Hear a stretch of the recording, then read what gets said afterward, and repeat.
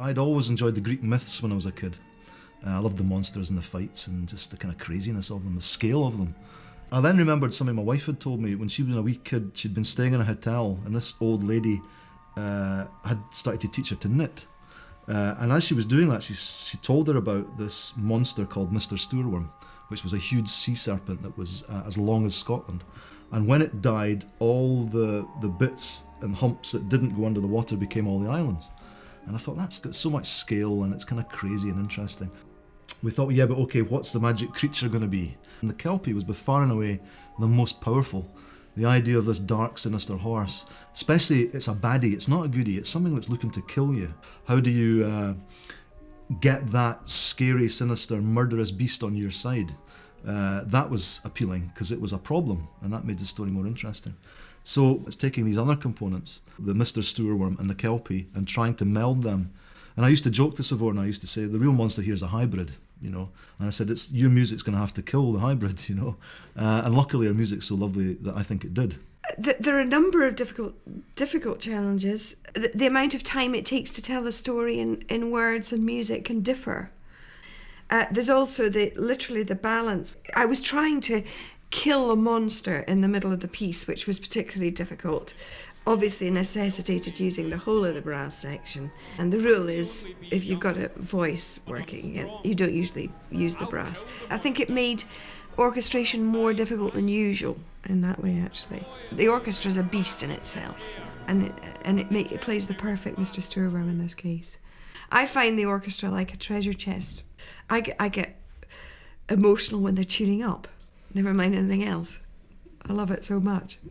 I think it was great. I think, especially for the kids who hadn't seen an orchestra before, the first time they see them, they just kind of walk into this old barn, and then there's a full orchestra playing this incredible music. I think somehow hits home better than walking into a theatre that you take your seats. All the kids just came in, sat on the floor the way they would at school, you know, and then this amazing orchestra beats out their music. I thought, yeah, it was pretty special. The first thing was the writer Stuart, who I've worked with a few times, and when he said that he was going to be writing this new story, I just kind of was really interested in reading it, and then listening to the music that went with it was Savourna, who'd done the music for Hansel and Gretel when I played that at the Lyceum. So it just seemed like I knew the people involved, and when I heard it just felt like something I really wanted to be involved in.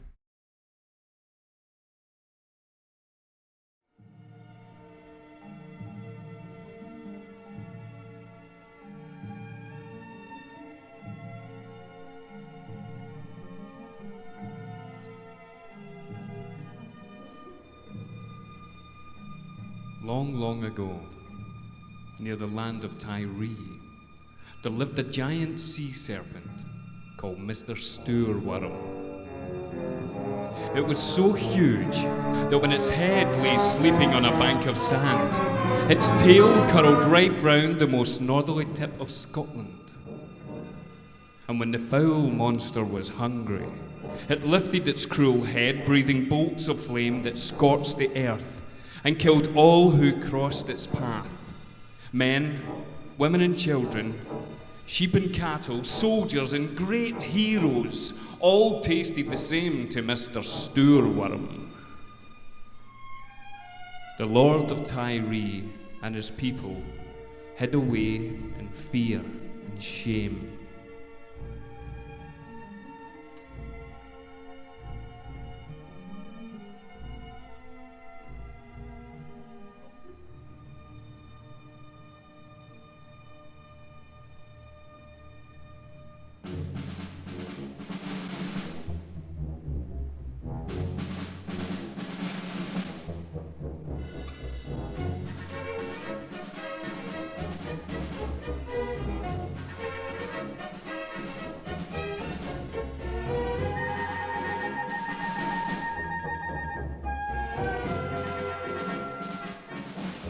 A young man named Corin grew sick of hiding and watching his people die. He went to the Lord of Tyre and he offered to fight the monster. The Lord smiled at his bravery and said, "You're just a daft boy. Save your courage until you have strength to use it." But Corin stood up for himself, saying to his Lord, "I may only be young, but I'm strong. I'll kill the monster, or I'll die trying."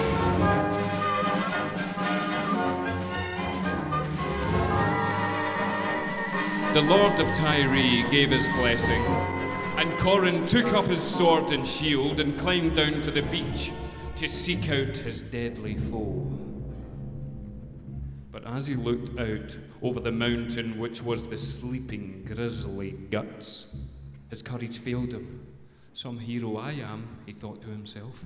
"I'll be torn to bits. I'll be burnt to ashes."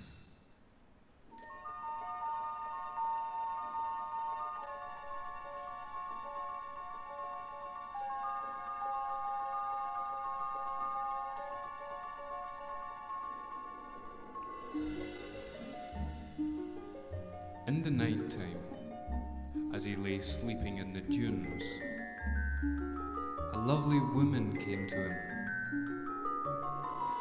Kneeling by his side, she whispered in his ear, "You must catch the kelpie when he comes to hunt by the ford of Tyre."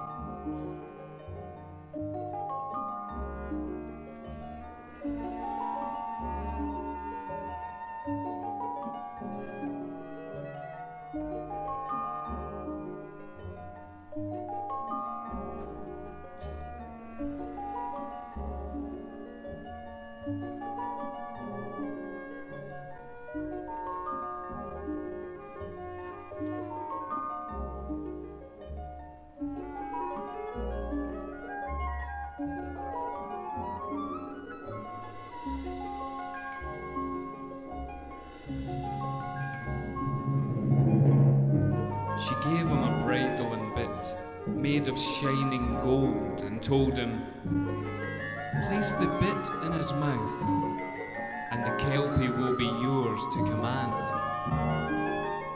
And then will you fight MisterStourworm."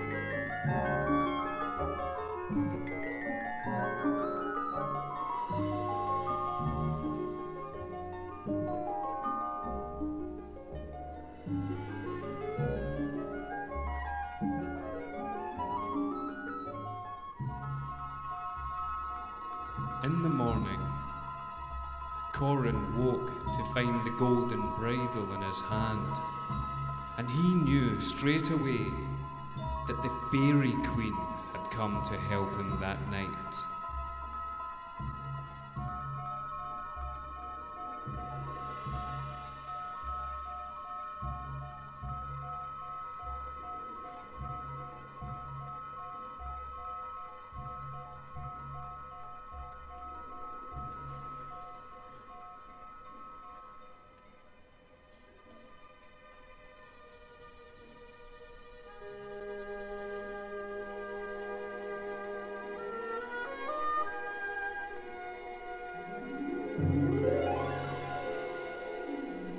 Now, Corin knew fine that the kelpie had the shape of a great horse who would lure the weary traveller onto his back, only to take him down and down to his death by drowning. All his life he had been warned against meddling with such creatures. But the young warrior trusted the fairy and took up the bridle and bit and hid among the rocks by the ford of Tyre. After many long hours, the still waters began to whirl and leap, and suddenly the kelpie stood like a great statue, shivering and silent, while the waters streamed from its tail and mane. Corin gazed in wonder at the fabulous creature.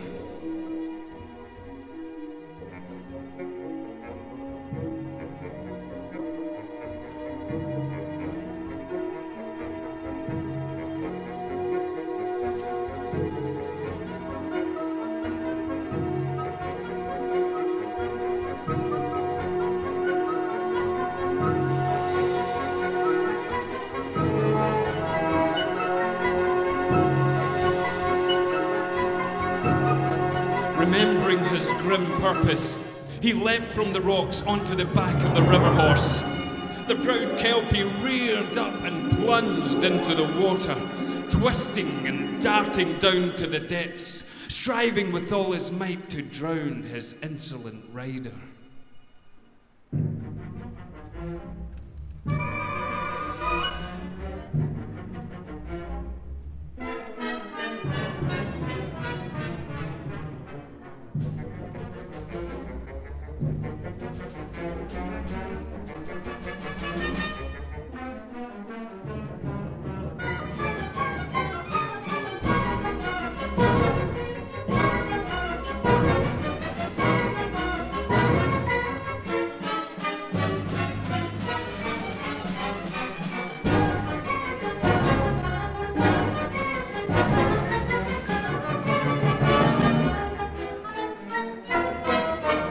With the last of his strength, Corin placed the bridle over the horse's head, pulling the bit between his teeth.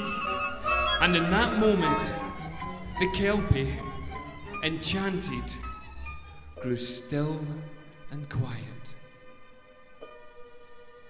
Corin rode his steed to the surface of the ford of Tyree and spoke softly in his ear. "Help me, Kelpie. Without you I will be killed. Help me fight MisterStourworm." Reaching earth, Corin, holding onto the bridle, leapt down and looked into the horse's eyes. But there was nothing in those eyes that was not pain.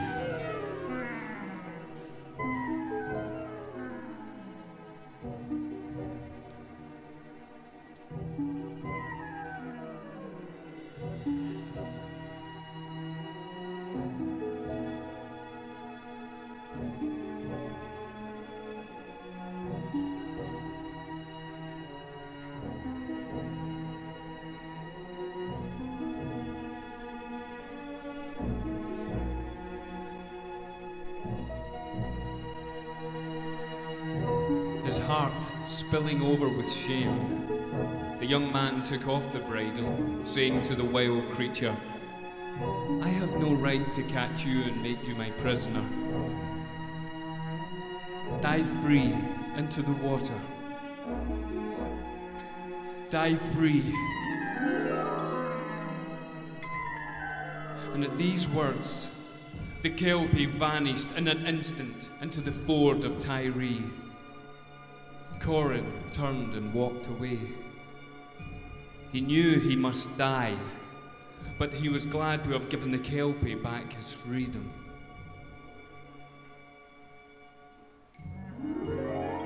And then he heard again that sound of breath and water. The Kelpie was there by him, walking steady at his side.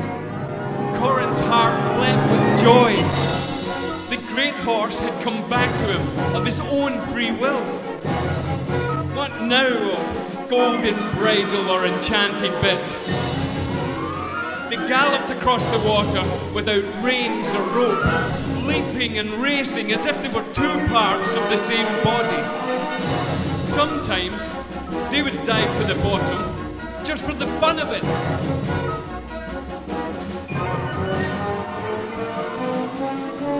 But soon, the thoughts turned to MisterStourworm, and away they galloped across the sea until they came across the monster, twisting and coiling on its bank of sand, its foul mouth ringed by mounds of rotting bones.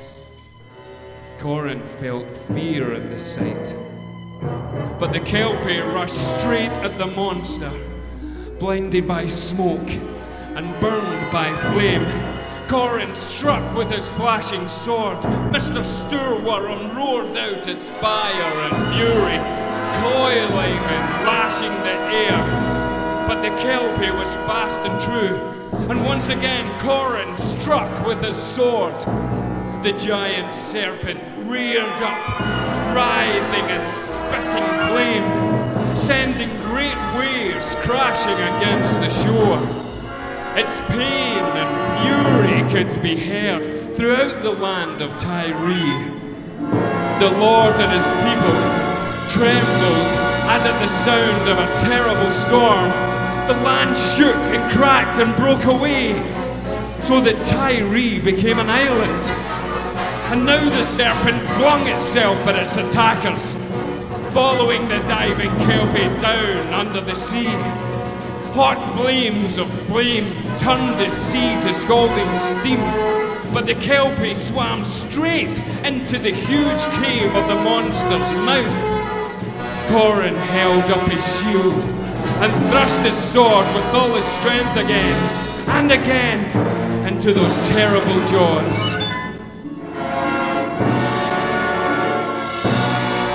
The dying monster fell back, and as it fell, it was burnt to ash by its own flames.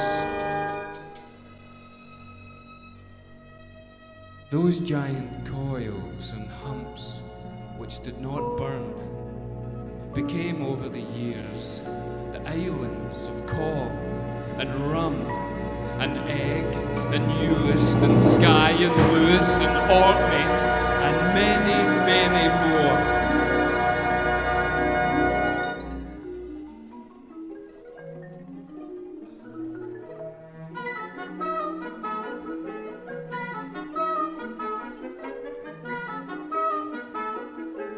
But what did Corin care for islands or their names? He rowed the Kelpie back home across the sea. He cleaned and washed the great horse's wounds of war, thanked him for his courage and strength so freely given, and watched him dive free again into the waters at the ford of Tyree.